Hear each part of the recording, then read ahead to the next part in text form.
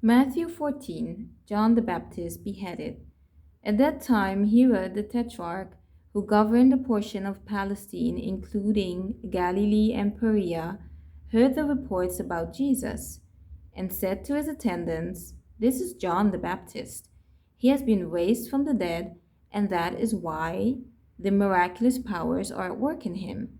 For Herod had John arrested and bound him and put him in prison at the fortress in Machaerus, east of the Jordan, to keep him away because of Herodias, the wife of his brother Philip. For John had said to him, "It is not lawful, morally right, for you to have her living with you as your wife." Although Herod wished to have him put to death, he feared the people, for they regarded John as a prophet. But when Herod's birthday came, his niece Salome, the daughter of Herodias, danced immodestly before them and pleased and fascinated Herod, so much that he promised with an oath to give her whatever she asked. She, being coached by her mother, Herodias, said, "Give me here on a platter the head of John the Baptist." The king was distressed, but because of his oaths and because of his dinner guest, he ordered it to be given to her. He sent and had John beheaded in the prison. His head was brought on a platter and given to the girl, and she brought it to her mother, Herodias. And John's disciples came and took away the body and buried it. Then they went and told Jesus. 5,000 fed. When Jesus heard about John, he left there privately in a boat and went to a secluded place. But when the crowds heard of this, they followed him on foot from the cities. When he went ashore, he saw a large crowd and felt profound compassion for them and healed their sick. When evening came, the disciples came to him and said, "This is an isolated place, and the hour is already late. Send the crowds away so that they may go into the villages and buy food for themselves." But Jesus said to them, "They do not need to go away. You give them something to eat."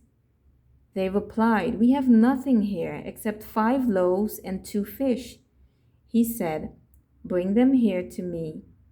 Then he ordered the crowds to sit down on the grass, and he took the 5 loaves and the 2 fish, and looking up toward heaven, he blessed it and broke the loaves and gave them to the disciples, and the disciples gave them to the people.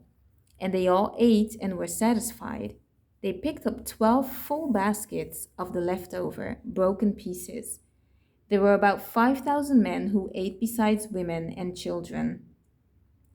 Jesus walks on the water. Immediately he directed the disciples to get into the boat and go ahead of him to the other side of the Sea of Galilee. While he sent the crowds away, after he had dismissed the crowds, he went up on the mountain by himself to pray. When it was evening, he was there alone. But the boat by this time was already a long distance from land, tossed and battered by the waves, for the wind was against them. And in the fourth watch of the night, Jesus came to them, walking on the sea. When the disciples saw him walking on the sea, they were terrified and said, "It's a ghost," and they cried out in fear. But immediately he spoke to them, saying, "Take courage, it is I. Do not be afraid." Peter replied to him, "Lord, if it is really you, command me to come to you on the water." He said, "Come." So Peter got out of the boat and walked on the water and came toward Jesus. But when he saw the effects of the wind, he was frightened, and he began to sink, and he cried out, "Lord, save me." Immediately Jesus extended his hand and caught him, saying to him, "O you of little faith, why did you doubt?" And when they got into the boat, the wind ceased. Then those in the boat worshipped him with awe-inspired reverence, saying, "Truly, you are the Son of God." When they had crossed over the sea, they went ashore at Gennesaret. Zareth, and when the men of that place recognized him, they sent word throughout all the surrounding districts and brought to him all who were sick, and they begged him to let them merely touch the fringe of his robe, and all who touched it were perfectly restored.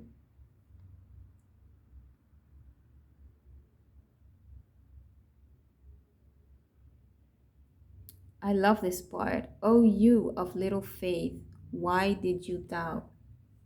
I ask myself that every day. I listen, I hear, I worship God's word. I adore Him, I believe it, I feel it. But still, in my mind, I have, O you of little faith, and I still doubt. And I'm so sorry to doubt because I know I should not doubt. I've experienced that I should not doubt because He is there in every breath I breathe or in every breath I take. He is there. Everything I do, He is there surrounding me. But I'm so sorry to say that still I doubt, unfortunately. And I pray every day with everything, every fiber of my being, that I will not doubt, but my faith will be strong and stay strong.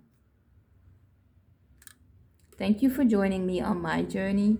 May God bless you on your journey.